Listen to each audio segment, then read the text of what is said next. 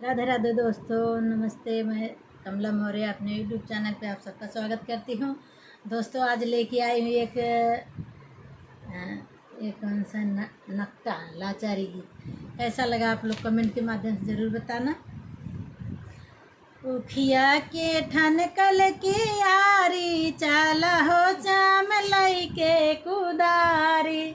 उखिया के ठन कल की यारी चला हो श्याम लई के कुदारी। ना हमारे घर वहाँ सास ससुर हैं, ना हमारे घर वहाँ सास ससुर हैं। कैसे हम करी पटीदारी चला हो श्याम लई के कुदारी। उखिया के ठन कल की यारी चला हो श्याम लई के कुदारी।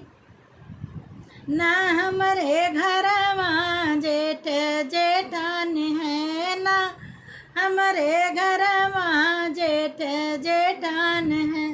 कैसे हम करी पटीदारी चला हो श्याम लई के कुदारी। कैसे हम करी पटीदारी चला हो श्याम लई के कुदारी।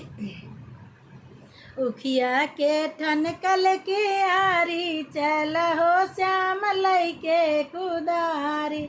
उखिया के ठन कल की यारी चला हो श्याम लई के कुदारी। ना हमारे घर वहाँ देवर ननद हैं, ना हमारे घर वहाँ देवर ननद हैं। कैसे हम करी पटीदारी चला हो श्याम लई के कुदारी। कैसे हम करी पटीदारी चला हो श्याम लई के कुदारी। उखिया के ठन कल की यारी चला हो श्याम लई के कुदारी। उखिया के ठन कल की यारी चला हो श्याम लई के कुदारी।